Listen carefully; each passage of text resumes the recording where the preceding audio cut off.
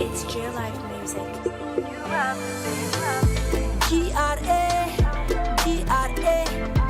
Luwa moko dolel pour mu feku tax Gra Ñu don pula namo nyana jola tukare kana nyenal Gra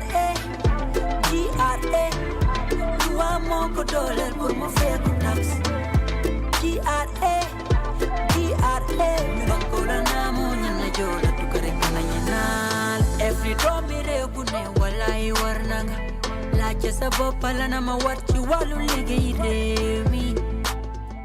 Hello viewers from wherever you're watching us from. You're watching QTV, the Gambia's first private TV station, and we're broadcasting from our studios here on Kairaba Avenue. My name is Ali Sise, and it's time for your weekly GRA Taxpayer Education Program here on QTV, brought to you by GRA in partnership with the French Development Agency. As usual, I'm joined on the program by Babukar Njai, Senior Tax Education Officer. Babs, good to have you on the program.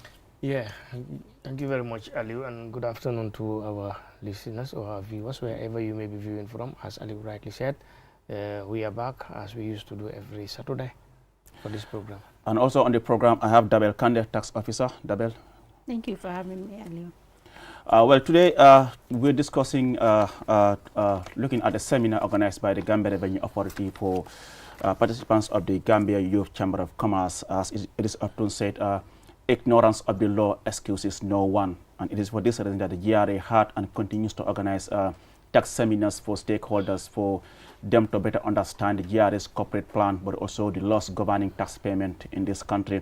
Like we always say, I mean, the Gambia is a tax-based economy, and it is important that people pay their tax appropriately and accordingly for the government to be able to implement most of its development plans. And it is for this reason, once again, that the GRA organized this latest 2 days tax seminar for participants of the Gambia Youth Chamber of Commerce. Participants who are drawn from across the country, and that's the topic that we are going to look at today. I mean, the importance of this tax seminar and what was said at the opening ceremony. We will get to hear statements made by the Commissioner General of the Gambia Revenue Authority, Yankuba Dabo, of course, Abubakar Kebe, who is the Chief Executive Officer of the Gambia Youth Chamber of Commerce, and of course, Isa Jallo, who is the Deputy Commissioner General of the Gambia Revenue Authority, and Hamang Manjang, who is Monitoring and Evaluation Specialist at the Ministry of Finance. They all deliver statements at the opening ceremony. We will get to hear what they have to say, but before then, I will just allow, as usual, the panelists to tell our local language viewers and listeners, I mean, what the topic of discussion is today.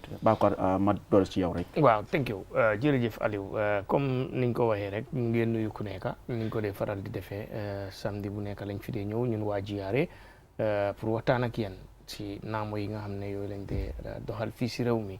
Tey nag dañ xaw a wéy ci doxin. ñu ngi discussé tax seminar bi nga xam ne moom lañ def ñaari fan si gannaaw.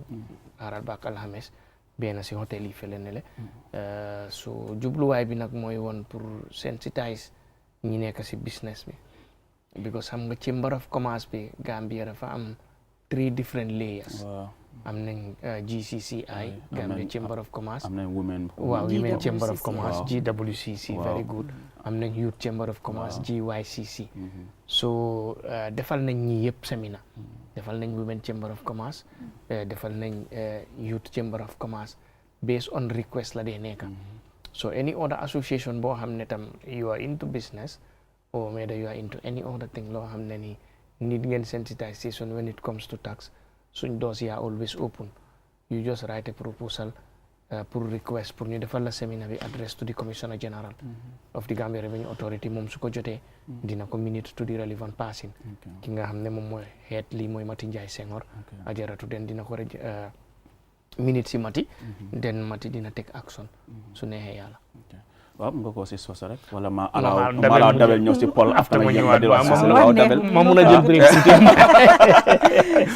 al ma tey moom Mr Henry nekkut fii nii si fi nekkoon sax mu ñaan sa la waaye tey moom nekkut ñaan sama waay mu ko faale dabel Naam, hande topic o comme no Baboucar haalni tan tax seminar mo gandanta ko ɗum min keɓno o alarba jawtuɗo e alkamisa o to oson be ɗi waɗa noon waɗanano Gambia Youth Chamber of Commerce sa laari han noon kala rowanin min mbaɗatno GWCCI ɗum woni Gambia Women Chamber of Commerce he Gambia Chamber of Commerce koye mumen ɗum fo noon ɗin heddi e tan kala mo gandanta ka businessman ɗo walla tami compagnie walla ka association ji ɗi gandanta ɓenin ɗo sita hunde ɗin humpima e affaire namo no yoɓirte ni walla ko hono ɗum foof waɗirte aɗa wawi yaade to jiyare dammuɗe ɗe ɗini gudditi kala garɗo han min kettotoma no palirɗa ni kala min kettoto siɗi wawi wonde han kala min garat on suman no min kebda e mumen séminaire ji ɗi o nder o séminaire noon comme no kalirɗa ni tan CG yano DCG amen kala yano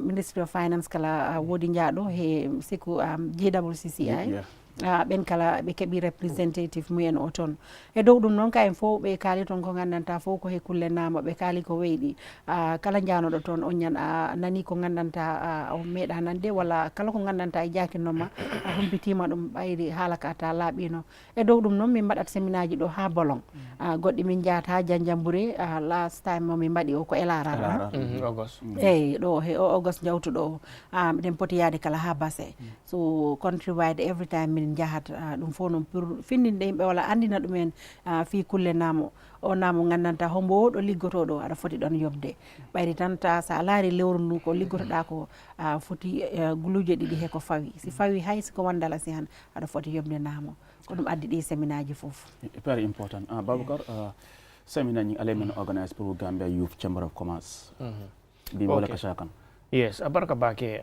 Aliou comme ya fo ñamen rek ñi séminaire nak ndaltale kake Gambia Youth Chamber of Commerce ngake ñi arabo ni aramiso men tambita nga organize mo le pour que kala mutandi na mo lay me alon ko ka wolle tamandi ñi sate ko no jang ani luwal me alon ko wolle mol sembonto yandi pour namo si jo because ni ajube fanan da ben responsibility kono le because GRA corporate strategic planning 2020 for 2024 goal 2 ñin dabe wala to goal 2 mo optimize client service delivery for improve customer relations and corporate image wolum goal 2 ñinti wala ñin sensitization ñin cover so iba jilale ko nga ke molele nga ke kafol fana yele nga ke businessman o di nga ke comme dabeli afo ñamen nga tale fo bolon kono la sientata Janjanbureh di sientata LRR just last August LRR je kabrin tata nga ke sefo le alkalol National Assembly members, women leaders, area council staff, physical planning, then the other day nga ke business community nye so akere momenti wolon pour kamol kalamutandi because ni mole ya kalamuta ko pour kana mojo ila responsibility lo luwalum fanan then abe easy la le pour yajo pour ka tonya foye pour morning kodo e tala amang easy but ni nga jube especially badi bon call ning kodo okay but ni nga jube banku do ko lam ni dabel ning karo fata lay ka kuntumol la salary yalo wo fang ibuka feel jana be futale ya accounts department ning ka kuntu ha ka me PAY as you earn very well so ka balance ni ka wole ki bank ning ite kada bank rek yela balance ko rek then after you pay slip di la même baytan di la ye jelle kuntu e fengol même peke but banku do ko lo ndel be ka sile nga fo banko ñi mu ne kenye that is fine o moy la right leti but ila responsibility fo fana yo kele bank e nyanta sile ye fanyininka because ila force responsibility as a citizen o momo yan ko be steering sata o kono wala mi nyanta na mo jolale na ya tra ila soto tambita dala civil fulala. Okay. Akumera baraka bake Baboucar Njie. What we'll just go with our first insert. I mean, to take a listen of what the CG had to say at the opening ceremony. Who is Yankuba Dabo, the Commissioner General of the Gambia Revenue Authority. Let's take a listen. It is a great privilege to have the opportunity to address this important tax seminar, which is part of the activities under the Goal 2 of the GRA Corporate Strategic Plan 2020 to 2024. Optimizing the client service delivery for improved customer relation and corporate strategy. This seminar will be centered on the Gambia tax policies, the accompanying the revenue laws and taxpayers' rights and obligation, and highlights the reforms initiatives being implemented by GRA. distinguished ladies and gentlemen.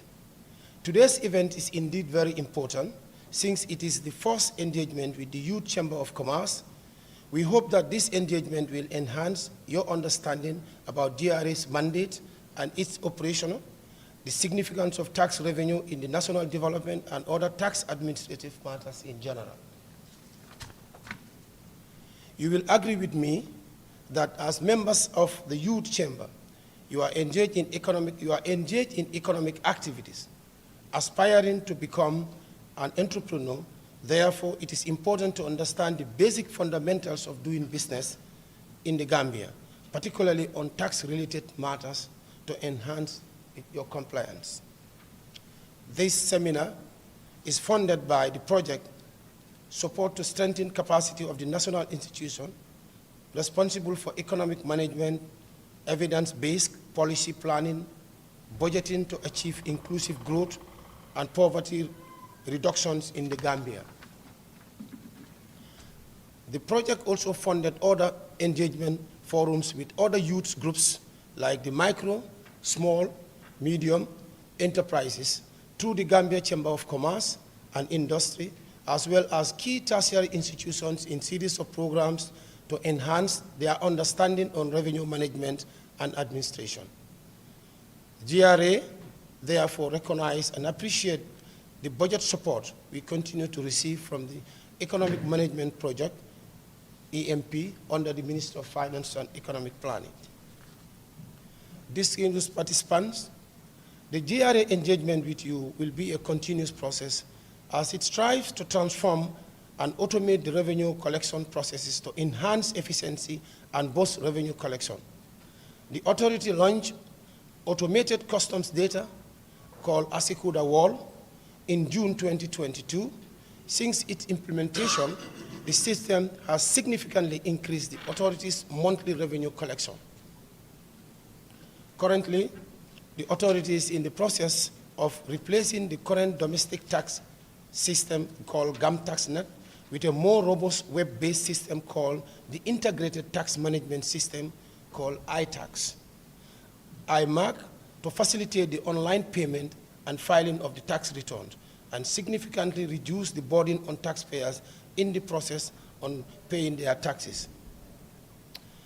Also, the authorities with other stakeholders will soon implement what we call single window platform that will integrate all agencies involved in the Gambia international trade ecosystem to enhance the efficiency in the clearance of goods. With the above reform initiative, it is crucial that our stakeholders and the citizens in general are well informed and sensitized on these reform programs. Distinguished participants, today's forums gives me a great hope and confidence that this seminar will generate remarkable understanding and cooperation between DRA and the Gambia Youth Chamber of Commerce, which will go a long way in enhancing voluntary compliance, among others. Let me take this opportunity to say that you are the lucky ones. Out of the hundreds members that you have, you are the only chosen ones to be here. It may be very difficult for us to call everybody, all your members to be here. The CEO has mentioned it, because one, we may not have that resources to cater for everybody to be here. But you are the lucky ones to be here. And therefore, I want to advise that you take this training very seriously. Make it interactive. And one thing that I want to advise is your mobiles. Make sure that when you're coming, you put your mobiles on silence. Do not put your mobiles on. Do not try to interrupt the sessions when it is on. And make sure that you also report on time, to make sure that you are on time when it is for lectures, and make the lectures interactive. It is very important. It's an opportunity. You are going to be having our expert, tax expert here for these days, and make sure that you make best use of your time so that you can have the lectures of your life. Because most of you, this is the first time you attend this kind of seminar. And I believe that if you pay attention, you will go home with something that will be with you for the rest of your life. So my advice is make sure that you are attentive, ask questions, as many questions as you can, and make sure that you report to the lectures on time, so that at the end of the seminar, you will get the maximum benefit of what we are here for. It is important, if you can see, the top GRA, top and senior management and other staffs are all here just to make sure that, to see that this seminar goes to the best way we intended it for. So I would advise that you take it seriously throughout the sessions. In conclusion, Mr. CEO and distinguished participants, please allow me on behalf of the GRA board and management to thank the Minister of Finance and Economic Planning for the support and cooperation in strengthening our taxpayers' education program, reforms programs, aimed towards achieving the main goals of optimizing revenue. Well, there you have the Commissioner General of the Gambia Revenue Authority, Yankuba Dabo, addressing participants drawn from the Gambia Youth Chamber of Commerce and Commerce who attended a two-day training tax seminar organized by GRA Wednesday and Thursday. And you have heard from the CG, he hoped, the training will generate better cooperation between GRA and, of course, these aspiring young businessmen and women. But also, as he rightly mentioned, it is important that, people are sensitized to be able to enhance compliance as far as tax payment is concerned. But equally, he has an advice for participants, and I think that's something that he has always been emphasizing every tax seminar, that people shouldn't allow their mobile phones to distract them, because it takes a lot of money to organize the trainings, and it is good that people take advantage of this rare opportunity, to better understand the tax laws in this country. Babukar Dabel, quite inspiring address there by the Commissioner General. Yes. Taking us to the reforms that have happened, the Asikuda wall and of course the iTax and all those stuff. Yes, I would choose to say in Wolof. Yes, yeah. Because he's already said exactly, it in English. Comme Aliou, ñu ngi jaajëfal Commissioner General Yankuba Dabo ak top management bi yëpp. Because soo gisee GRA suñ liggéey mu yomba gars yi dañ ñu jàppale. Leadership bi. Dañ ñu jàppale trop. Waaw loolu la olof yi di wax ne feccum liir bi su neexee bu fekk yaa jàpp si mbaga ji. Waaw so tax seminar si nag always dañ ko di organise pour different organisations. Te lim wax ni gars yi seen expectations ñoom ñu ñëw si programme bi. Before ñuy door programme bi def nañ a general discussion ku nekk wax na sa expectation lan nga séntu pour xam si programme bi.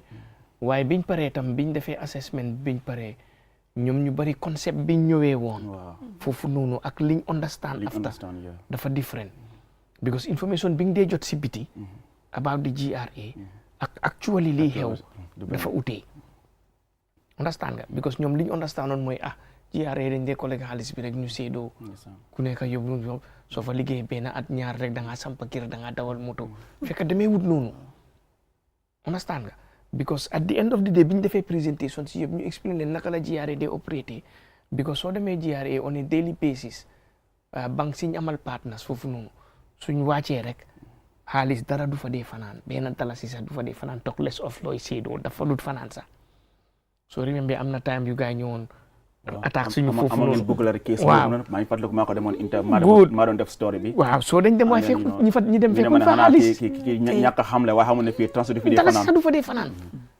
understand nga so da ngaa gis ne after ñoom dem nañ ba understand ne GRA nekkut ennemi kenn GRA daf fi nekk pour develop dëkk bi because li ñoo collect every day mu ngi dem si consolidated fund bi nekk ji central bank suñ ko fa dugalee rek ñun pare nañ si li ñoo opératé on a monthly basis sax dañ ñu ko dee jox subvention la dee nekk dañ ñoo jox si month bi ne lii ngeen war a liggéeyee nekkul dañoo collect ñu génnee ne ñoo lii la ñoo liggéeyee non ñoom ñoo ñëw jox ñu ne Ministry of Finance ne lii ngeen a liggéey including suñ salaries on subvention basis la dee nekk so ñoom nag biñ ay benn bi jeexee gars yi apprécié nañ ko trop because ñu bari si ñoom understand ñu woon ñu bari ñu ne ñoom dañ daan fay rek da ngaa ñëw ñu ne la fayal te dañ daan fay waaye understand nuñ woon lan moo tax nga war a fay ak lan nga ne ban tax type nga nekk di fay xam nga suñ ñëwee ñu xool sa bitik bi comme soo nekkee si informal sector bi kenn si ñoom informal sector bi la nekk mooy ñi dee jaay bitiki police yi kon ñooy seen mbokki ñoom dabeli ñoom bureau bota ñoom sokola ñoom pompiteer ak yooyu ak ñeneen ñi nga xam ne ñu jógee badi butam ñu dee jaay badi butam waaw exactly so da ngaa gis ne 3000 nga war a fay si pour iya bi yëpp so biñ leen wonee table bi ba ñoom ñëpp ñu gis after ñoom sa kenn si ñoom mu ne non ñoom sa they are not fair to the government because of ñoom li ñoo aan for the whole year nga laajte ko benn 3000 rek mais feel na ne non diga ñoom fayawuñ ñu ne ko wel loi bi dafa flexible. waaw moo tax séminaire bi am solo na parce que dingaa ñu bari am na lu bari xamuñ ko woon. waaw léegi with this séminaire léegi dina change guys seen mindset. seen mindset bi of how they perceive the GRA and understanding the tax laws and everything. Exactly te balaa ñu faa jógee sax because comme ni nga ko waxee gars yi dañ draw seen participants all over the country. Across the country. ay 5-6 nit jógee nañ Basse. mooy URR Basse ak dëkk yu ko wër. LRR tam the same thing CRR the same thing NBR the same thing. so ñoom ñëpp after dañ dem ba understand ne non dëgga lii ñun suñu responsibility la waaw liñ foog ak li fa nekk du benn because after Mati explain na gars yi ne kenn si ñoom mu ne waaw ñun information biñ jot mooy benn at ñaar rek da ngaa sampa kër da ngaa dawal moto da ngaa def nii da ngaa def ne mu ne ko dañ am a credit union boo xam ne is very vibrant credit union bi soo savee any amount boo fa save di nga am loan 3 times to that amount. times 3. waaw su dee suma saving dem na bi 450,000 foofu dinaa collect loan yi ay 450,000. is reasonable. war naa see mun a jënd moto. war naa see mun a start sampa kër. te foog naa li nga wax ni am na solo trop nekkul just for the participant waaye even ñaan ñu ngi seetaan waaw ñaan but persistent about GRA ak everything. exactly li nga explain yi xam nga dina leeral. waaw explain nañ loolu yëpp ne am nañ those loan facilities. building loan tam dina am. and that's like anywhere you found yes, that in every institution. su dee institution bi organise na. war naa mun a am loolu. understand nga so loolu yëpp dañ ko explainal gars yi understand ne on the whole ñeneen bi ñoo ñëw sax ñoom perception bi ñëwee ñu ngi dem ñu déglu lan la ñu gars yi di wax. ñu seet lan mooy xew waaye balaa ñooy pare. dinaa leen wax lii. waaw seen perception bi dafa change. so moo tax seminar si it's very important. important sax moo tax nga gis commissioner general mu ñëw. I was surprised because bari wut pour nga dem si seminar yi ni nga am boobu di commissioner general deputy commissioner general nga am this directors ñëpp ñëw toog directors yëpp a ñëw. I was surprised ma àggee ma gis ñëpp ma ne waaw kon bi am na doole. su dee moom fi seminar boo mun a organiser dina ñëw moom ak DC.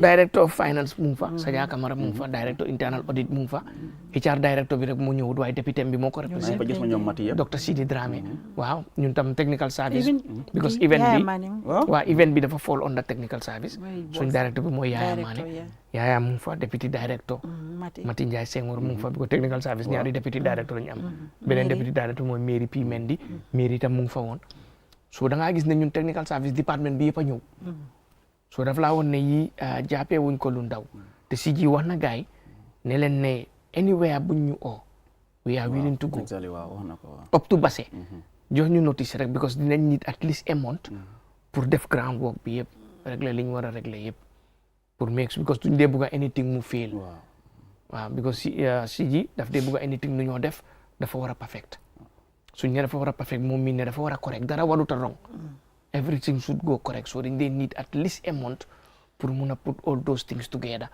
bi nga xam ne ni suñ demee soo ko seetaanee si TV bi sax wala nga déglu ko anywhere di nga xam ne ñi doxal lii doxal nañ lu correct.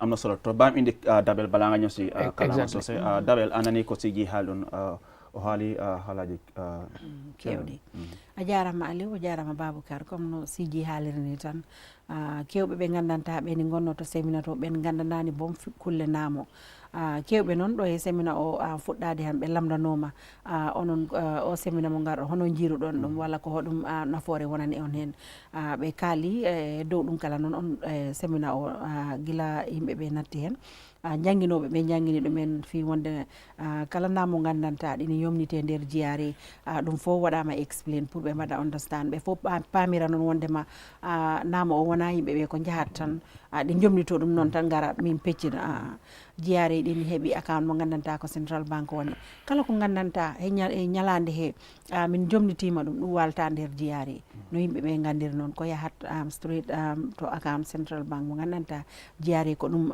heɓani ɗumen on ñan no yimɓeɓe gandiri noon minen kala noon kala komin cohli ko ministry of finance iwta wona wondema jahat tan ɓayri kalis o ɗin ɗo jaare ɓaga a yita kalis moom eyyi hunde o ko laamu o kala ko he loi yimɓe jarata yimɓeɓe no cikkirta minen ni ko wonton ko wona goton kewɓe mbiyat a yiyat neɗɗo natta jiyari within 1 year hitande wotere tan joomum darna galle walla jiya ɗum ɗini dogna motoji yarani noon heddima noon ɓayri nder jiyari minen mbaɗi organise koye amen e nder ɗum min gokkirat loan eyyi no Baboucar haarani crédit union ɗi toon building loan ɗinin toon car loan ɗum fof ɗinin toon heddima noon an liggotoɗo ko paaleɗa ko heno keɓirta salari ni sa laari wondema a hattani ɗum aɗa wawi yaade ɓaga car loan maɗa sa laari wondema hemno kene ɗo e arde boom jeeyari jaaha ɓaga loan building loan heddima tan heko no mbirim no salari mo keɓta o walla crédit union kan ko gandanta a waɗi ɗum toon account ma an andi ko guluje 50 walla ko guluje 100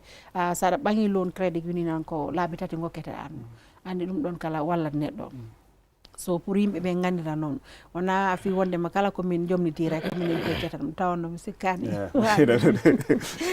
yo e nder ɗum noon séminaire o kala ko janggirama toon ko heewi guila yimɓe ɓe goni ɗon balɗe ɗiɗi ɓe paami kulle kewɗe ɗe gandanta ko yimɓe ɓe nanonno e bedda he ko heko woni yaade ko wona gotum ay joomum kala yoɓanno kewɓe mbiyo garat tan ɓe joɓanno soɓe ganda bon ko taxe time ɓe joɓanno ni sita noon an ka staff e nder compagnie he walla kala ɗo wawi wonde andu an ko PAY e jobtanin ta noon ka businessman no Baboucar haaliri ni koye kono sob gonɗa walla ko wayi noon informal sector o ko heewi ko ɗum jobta ha joni noon formal sector o kala ɗin toon par ce que ta heeɓi woni informal sector heeɓi bitikaji ɗiɗi ha tati si ɓoyi han a waɗat graduate from that informal sector min naɓama to kota lisdi to ɗum woni formal sector o ɗum kala ɗini heddi somin gari hanno min keɓta information o junngo mo gandanta ko on woni julaba o ñande o min lamdotoma ko jeli keɓta ko wayi noon walla simin jeehi min mbaɗat access bitig o min dara fi wondema ho an haajo ko he informal sector e poɗɗa wonde walla a foti ɗon yawtude jo jaa informal sector e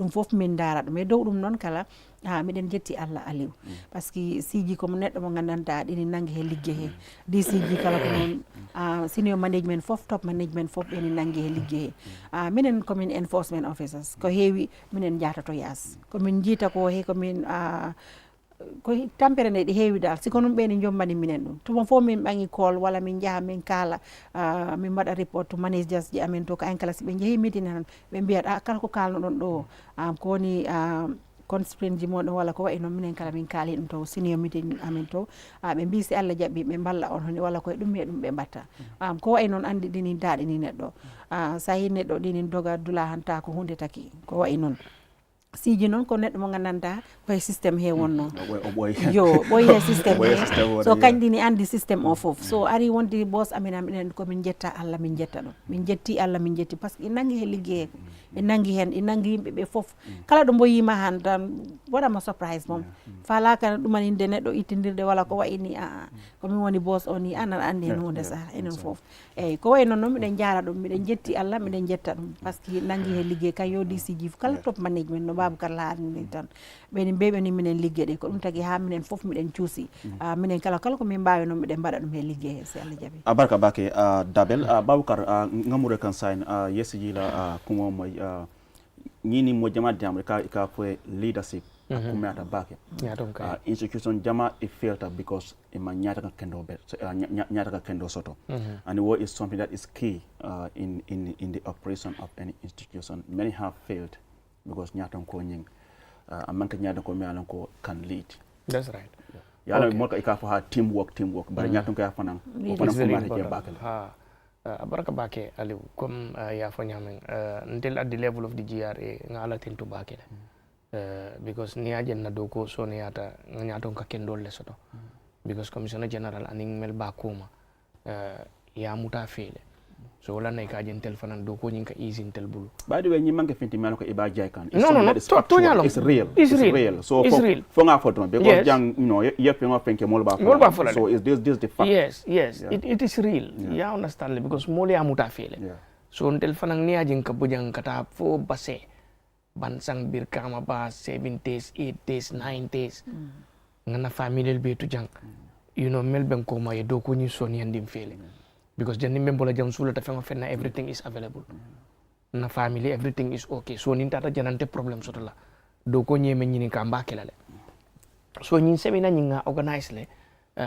pour que mol kala mutandi because nyin GYCC funding ke wollo mel yalan ko be business kono Gambia jang most of them ibe informal sector nyinato informal sector nying ni hakilo baka nga topic ko kenu jang bi ka fo me njenda njay ni la threshold man futa 500,000 ikatra woleto but in the future nga expect le ko itel baby move lale yeta small business din to fo muta medium business fo be futala like taxpayer nyinto nga ngani bele because ni ajube kabrim mo ibinaje itel kono mo jamani miro men nata about GRA and time men na bolaje e mindset men soto is different because normally janin seminar nyimbe start la nga microphone di momo na le ye fang introduce ndemu teto mu kare le timbuta kare ye mun expect ni program nyinto aba fala ngamen expect de to nya dol ka fo en laftale pour nga kuol karam mam men long but at the end of the event kabring event do banday be sida ko no to nya diata alay ntel nim men nata nun jang aninga men soto jang amanke kilinti modo ko mulle ko itel outside ka mem moy wonam a jiaren tel ka mem be do kunka talale fang ka dum dina posol kono le ina ko mun ko susu wolam mi nga tala bi nga di ali wala sama nga tala iko itel yo concept le soto because ya jele ko ka do ko ki jele sanji fula saba ye poto soto ye korda soto you know after na boss mati ala nyata wole be jiare. I wonder how government be some of these roads so that are with taxpayers money. I mean the Hakalang road, I mean exactly. not Bang road, I mean the Kiang roads. Salaries and other stuff every month. Taxpayers money collected by the Gambia Revenue Authority, by the way. Exactly. So na boss ajaratu mati I explain guy nga credit union so me anko is very vibrant.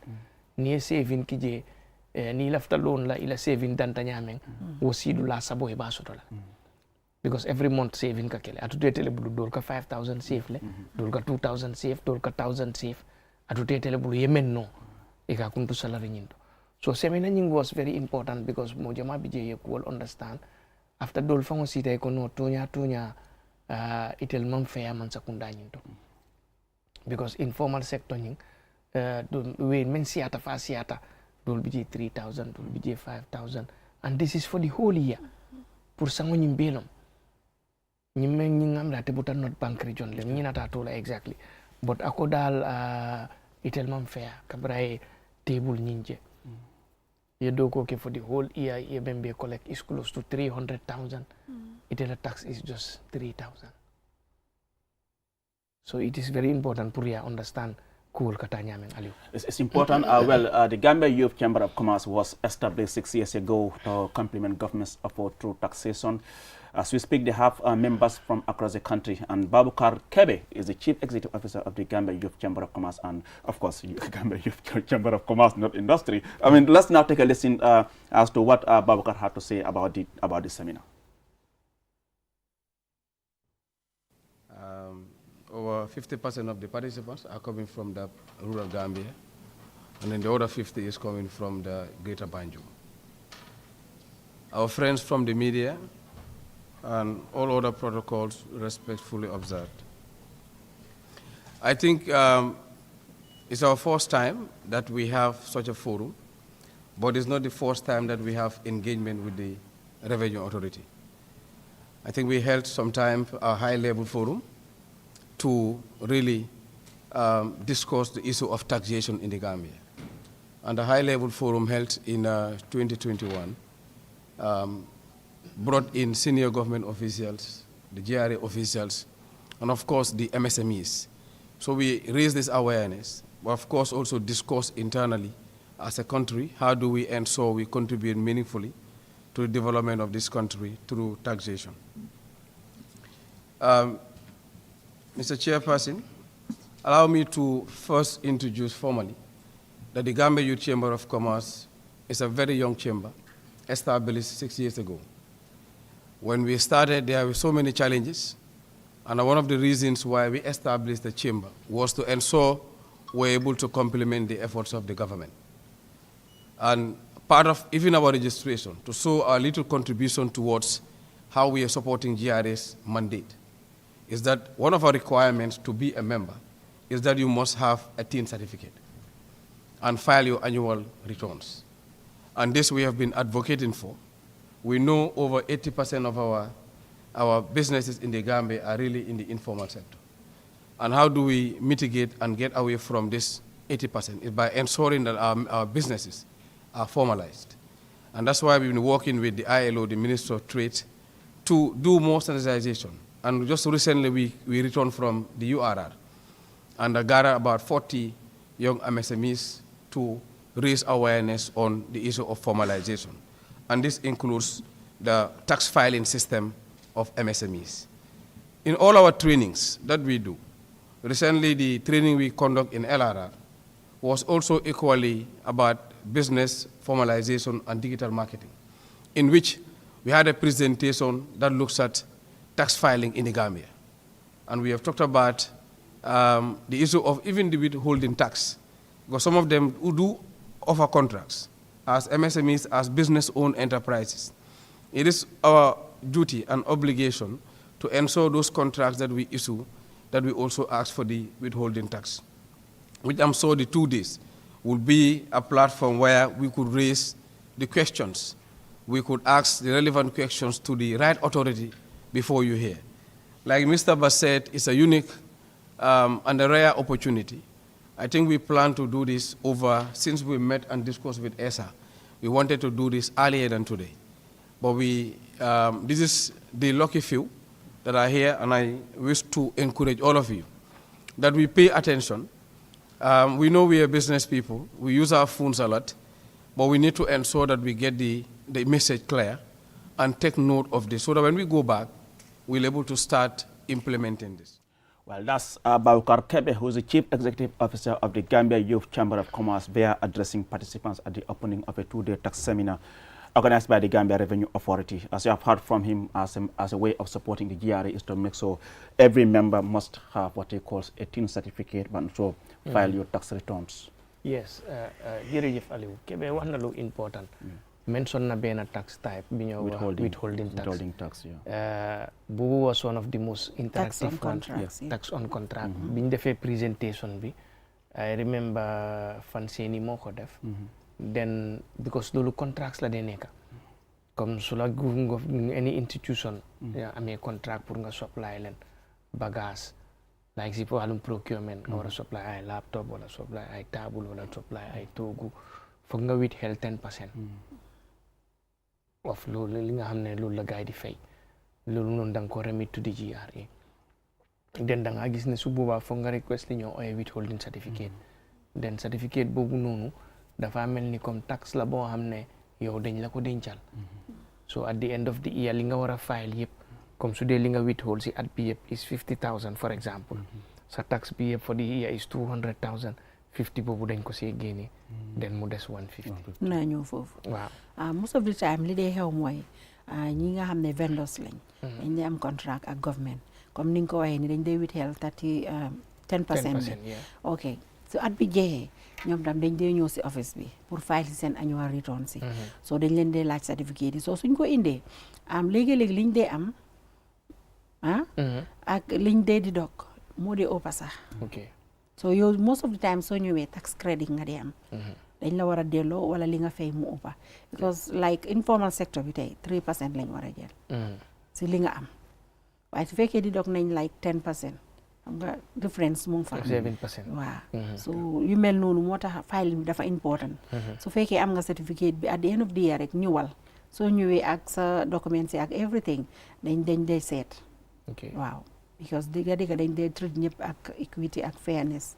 loolu moom dañ dee try ba loolu mu dox soo ñëwee ñu gis li nga fay ak li nga amoon because print out bi daf dee jógee fii treasury. so dara duy nëbbu dañ dee am everything li nga am di whole year daf fa dee nekka li di dog daf fa dee nekka ak yow ñaata nga war a fay si percentage so ñaata moo war a des. so yow sa lifin la doo dee fay dara. doo dee fay dara tax credit nga am. loolu is very important. ba pare concentration bi mu wax tam. to be honest loolu am na fa. because day one suñ jeexalee first day bi.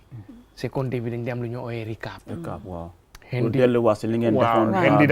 Hendi dafa xaw a tiital gars yi mu ne leen ne dinañ am exam. waaw.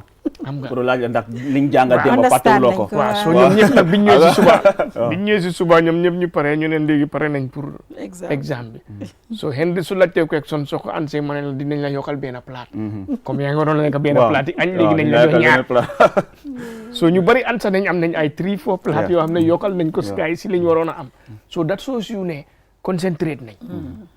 because after Hendi daf dee xalaat rek moom amutoon dara lu mu bind daf dee xalaat rek mu ne la lii lan la ñu explain withholding tax bi ñaata la nga explain lan mooy threshold yi informal sector bi nga explain lan mooy threshold yi PAYE bi so that shows you ne it was interactive. it was interactive gaa ngi doon follow to be honest xam nga si ji wax na ko si doole bi ne dañ Waaw. war a Seen follow dañ bugg a xam boor. ak Waaw. li ñoo dégga ak li am du Waaw. nekk benn yes te biñ ñëwee tamit some of them issues yi ñu am when it comes to import bi bagage yi ñu dee Waaw, indi indi, waaw. xam nga Tidiane Gueye mu ngi fa woon you remember Tidiane Tidiane ñëwoon na waaw, fi. Tidiane waaw. Tidiane mu ngi fa woon def na a good presentation on the procedures of import and export so ñoom ñëpp difficulties yi ñu am yëpp understand nañ ne ñoom ñoo daan jël di wrong process waaye soo jaaree si correct procedure bi amul problème doo si am benn jafe-jafe because mostly ñu bari dañ dee ñëw ne ok nga dem si agent bi xëy na moom lim la explainal and the actual thing du benn because am na ko fa wax ne moom benn di dafa ñëw pour ut si TIN number am na ñoo xam ne dañ dee taxawaalu nii si bunta bi dañ leen fa dee daaxa every time mu ne kooku ñëw mu ne ko ne lan mu ne ko TIN number laa bëgg mu ne ko ne TIN number 150 la kooku mu ne ko non man waa GRA yi toog nañ ci télé bi ñu ne TIN number free la mu ne ko non soo gisee ma wax la loolu danga ma koo jox pour ma mun la ko toppatoyal pour mu gaaw fat rek ma régler la ko waa ji ne ko non xaaral ma dugg si biir mu ne kii mu ne ko ne 2 hours ki ko doon régler fat bi kooku mu ne ko 2 hours mu ne moom bi mu duggee si biir mu dem to the right process jëlut ko more than 30 minutes. so lii moo laa wane façon programme si nii mu ngi am impact. waaw mu ngi am impact léegi ñu bari nga xam ne xamuñ ko woon. léegi ñu ngi ko xam si wàllu jiyaar yi. mu ne jëlut ko 30 minutes sax mu ko da nga ne collecté kooku su demoon mu fay kooku noonu. Waaw. su ñëwee dafa ne dem naa jiyaar yi. Waaw. li lañ ma caa. waaw te fekk ñi si biti la fekk ñi fa nekk sax nekkuñ staff jiyaar yi. waaw so mu ne moom bi mu duggee 30 minutes la ko jël pour mu te loolu sax soo gisee mu jël ko loolu kiiw la fa fekka because xam nga Gambien bi ñu bari su ñun dañ bugg a last minute waaw dañ ko dee wax always TIN number soo demee ba am 18 demal nga ut ko nga teg am na solo. nga denc comme noo dencee ID card noo dencee am passeport na solo trop. mun ngaa xëy tey nga war a tukki nga dem si embassy bi nañ la laaj TIN number dinañ la laaj documents yu bari den su boobaa nga ñëw jiyaare fekk kiw baa ngi gudda nga dem si dëkk bi nga ne dem naa jiyaare jël na ma wala nga am 1 soxla hour. jiyaaree sa bugg a fay waaw doo mun a fay te am loo TIN number nga dem war a TIN ubbi number account bi na dem nga bi léegi am nga 18 sa broda bi nekk Europe bugga na di la yónnee xaalis nga dem ubbi account ñu ne la TIN number nga ñëw fekk fa kiw nga dem ne dem naa fa mënuma am TIN number fekk non utuloo ko si waxtoom même soo nekkee sa am staff si place bu es tam salaries pour nga am ko foog nga nit TIN number exactly dafa am solo trop xam naa ne dinañ ko def waaye léegi what we will do nañ déglu rek Essa moom tam lan la am pour wax si training bi moo nekk Essa Jallow ki nga ne moom moo nekk Deputy Commissioner General of Gambia Revenue Authority let's take a listen Essa lan la am pour wax. You know, the Youth Chamber of Commerce has been working so much to make sure that you engage with the Gambian population on this important noble duty of every citizen, every resident of this country, and that is the payment of taxes. People pay tax not because of, somebody wants them to pay. These are things that are based on law. But there is no country in the world, you will agree with me, that can develop. Even those that are not tax-based economies, they need contributions from the taxes that are provided by individuals, by businesses, to be able to provide for some of the, essential public goods and services. And Gambia being a tax-based economy is no exception. So therefore, we really value this relationship that we have, developed. So as the CEO put it, I wouldn't say we are developing it now. It's been there. Maybe this is just an event to, add more flavor to what has been happening. So this will also formalize, the kinds of, engagements that we can have for now and for the future. Because what I have seen is that, we cannot do without you. Because even from the statistics that are coming from the Gambia Bureau of Statistics, it shows that the youth, the composition of the youth, as far as the population of the Gambia is concerned, is significant. So therefore, you are very important stakeholders. And as the CEO put it, you are from different parts of the country. You are not only from urban Gambia. There are those that come from different communities. So that way, it means this has a multiplier effect. You can all go back to your respective communities, spread the messages, whatever you have learned from here, it can reach, every corner, every village, every community in this country. Because communication, the way it works, it has a multiplier effect. When you talk to one person, that person can talk to many. So that's how, everything will get to the last person who is supposed to have information relating to this. Our objective in GRA is really to make sure that our reforms, our initiatives, the revenue laws that we administer, everybody knows about them. So that is our objective, and we count on you as a very important, formidable partner, in this crusade, so that, the level of compliance in this country can be improved. And there is no doubt, whatever you do here, you do it for yourselves. Because if the level of compliance in this country improves, it translates into higher revenue collection for GRA. So that means that the interventions coming from government will also increase. And when they increase, nobody is spared. Even those that did not pay, will also enjoy. And that is why I say, one of the biggest crimes in this country is when you are supposed to pay tax and you don't pay. And yet you are benefiting from the services that are provided based on investments that are made possible by people who pay. Well, there you have Issa Jallow, who is the Deputy Commissioner General of the Gambia Revenue Authority, there emphasizing the importance of paying tax. Like he puts it, I mean, people are not paying tax not because someone wants you to pay, but it is provided in the law that people have to pay tax for national development. And as such, we have seen, I mean, the GRA, I mean, targets increases annually as far as tax revenue is concerned. This year, they're targeting like $15 billion is already there, achieve more than 75% of that. I mean, that shows that, I mean, there's a lot of work happening there as a result of the teamwork, but also the leadership being provided there also is playing a key part in terms of achieving all the reforms that are happening at the Revenue Authority. Dabel ananiko esa hal on angale. Como hali ko halaka kun tamu foti de malarde wadi important kala mo ngannanta do wono to seminar to sikuta afami don bayri sa lari Gambia ko tax based economy en tamani kangi en tamani kalis en tamani high natural resource mo ngannanta adana en hunde so ko enen tan ballondirta kala ko neddo wadi do ya jodade lamdo ko dum sare nde wadani ma ani hore ma lamdo hore ma hodum bawda hore ma tawon ko hodum baɗanɗa sare ma nde eyyi on suman noon aɗa wawi lamdade kala ko ɗum an laamu ngu waɗanima ɓayde sa laari kala ko gandanta ɗini yomnita e o naamo ko hen laamu ngu ɓangta ɗini fewna school ji e yaade e region ji ɗi foof l'hôpital ji kala ko hen mbatte labbi ɗi kala ko hen fewnute kala mo gandanta ka civil servant kala ko hen jobteɗa min yo Baboucar yo goɗɗo tije saɓe ko hen jobte docteur uɓe nos ko wayi noon nden noon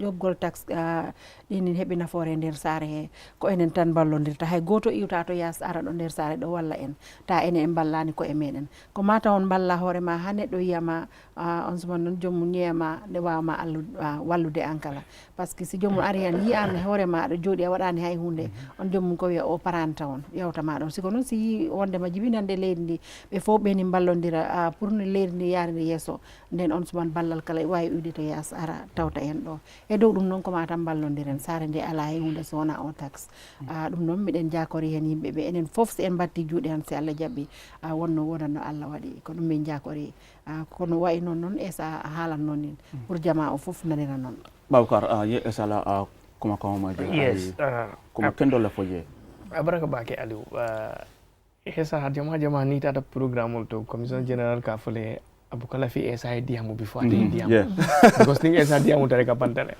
because kabadara ako I'm just here to to prepare the stage but ngam ala stage preparation ngawra yes exactly even at the level of the office ninga meeting sort of thing and other stuff akafale well I would prefer to speak before esa because ninga esa diamu tare kapantale another ko I'm here to set the stage but ala set stage ala wata kala performance no because ala diamu to one of the most important things I meant for wala amanke ko mole forcer pour yo joro ke luwalem luwale ko nyanta joro ke an wo joro nying abuka phone telephone koma you understand leng telephone ka jole every month I remember that seminar do in Janjampure it might be 2017 or 18 if my recollections are right kabiring a presentation ke on the PAYE modo biji ako I'll tell GRA staff sol fang al buka jo because yo concept le soto e ka wole kacha session nyinto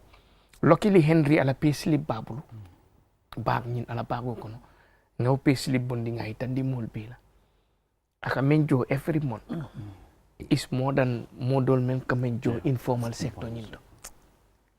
Kabrate fango ya den ala ay language nyin change ako no ma focal buka jode abuka balla poso to you know, so misconception exactly, yeah. many along ko mulia soto, but the fact is intel pele kajo because na finance department dim before salary bita ka wole follow kuntu. So it's important. At the end of the year, it's like any other institution. It's like any other institution. Just that, we are not above the law. You just have your mandate, like others have their mandates as well. Exactly. So mantra luwanyi samton telephone be luwanyi duman. Exactly. Luwanyi ne mol control. Actually. I know Yemi for Akumera Bakele, but let's just take our final insert. That is Hamang Manjang, who is monitoring and evaluation specialist at the Ministry of Finance. Ngatifanan Lediamo Lamoy, Hamang Manjang. This is a rare opportunity that you must take hold of, so that as you leave this hole, you will be able to become the master of your own destiny. You will know what is expected of you, because as he rightly mentioned, Gambia is a tax-based economy, and anything that will go to strengthen the government's ability, GRA in particular, to collect taxes is very, very important, because these taxes that is being collected is what is put into our development efforts. So I want you to take this opportunity to make sure that the two days deliberation is well achieved, so that you can go home with something else.